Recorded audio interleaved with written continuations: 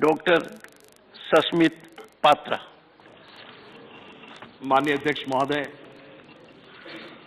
आज इस घड़ी में जब हम आपको स्वागत कर रहे हैं, मैं मेरे पार्टी बीजू जनता दल की तरफ से, हमारे माननीय नेता और माननीय मुख्यमंत्री श्री नवीन पटनायक जी की तरफ से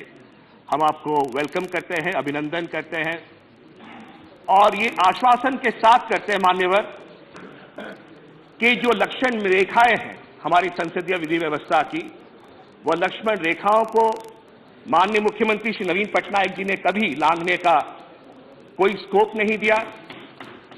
और हमेशा से एक चीज हम सबको भी कहा है कि जब भी संसद में जाओ,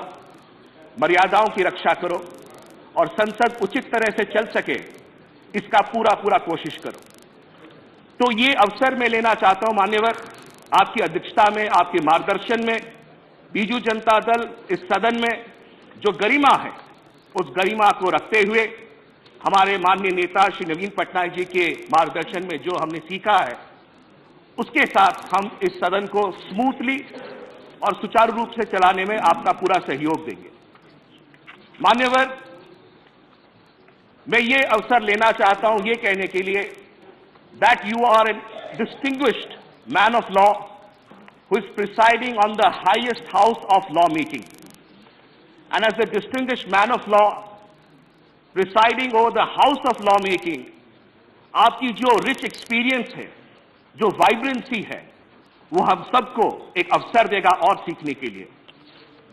मान्यवर, कई माननीय सदस्यों ने आपकी इंटेलेक्ट के बारे में कहा, मैं आपके विशाल हृदय के बारे में दो शब्द कहना चाहूंगा।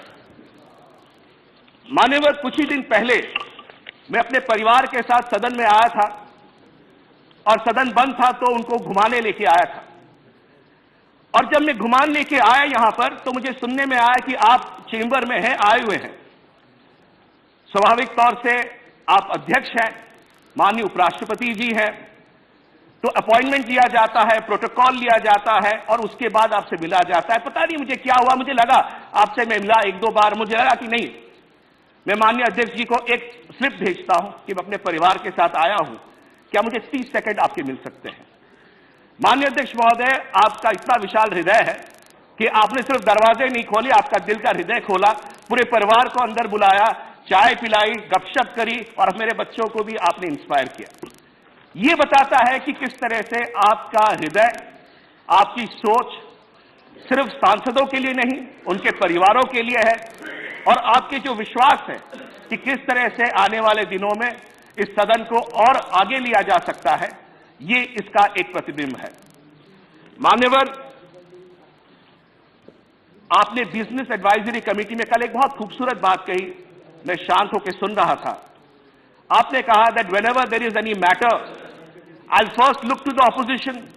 then I'll look to the government, and then again I'll look to the opposition. That shows the strength, that shows your commitment, that shows your vision of running the house, sir. I thank you for that. मान्यवर, आखिरी बात कहूंगा, ये सदन council of states है, हम उड़ीसा से आते हैं और कई ऐसे विषय होते हैं जो कि सदन में स्टेट्स के बारे में चर्चा होती है। मान्यवर, जब प्राइवेट मेंबर्स की तरह हम लोग आते हैं, हमारे जीरो आवर आते हैं, हमारे स्पेशल मेंशंस आते हैं, कई बार एडजर्न हो जाता है, धुल जाता है मान्यवर। तो एक अपेक्षा यह है कि हम जो रीजनल पार्टीज हैं, हमारे पास ज्यादा स्कोप नहीं होता बिल्स पे चर्चा करने के लिए, तो ये जो जीरो आवर्स रहते हैं, स्पेशल मेंशंस रहते हैं, अगर इसमें कोई प्रावधान आप करें जिससे कि रीजनल पार्टीज जो स्टेट से चल के आती हैं, इस काउंसिल ऑफ स्टेट्स में अपनी आवाज को और रख सके, ये काउंसिल ऑफ स्टेट्स का जो सोच है, उस सोच को और गरिमा देगा। आखिर में मैं सिर्फ यही कहूंगा, उड़िया में दो शब्द कहूंगा कि आपन को अनेक अनेक स्वागत, अनेक अनेक अभिनंदन, आमर समस्त शुभेच्छा आपण सहित रही, आपण सहित रहिबो, आपके साथ हमारी शुभेच्छाएं हैं, आपके साथ हमारा अभिनंदन है और हम आशा करते हैं आपके मार्गदर्शन में हम और आगे बढ़ेंगे। बहुत बहुत धन्यवाद।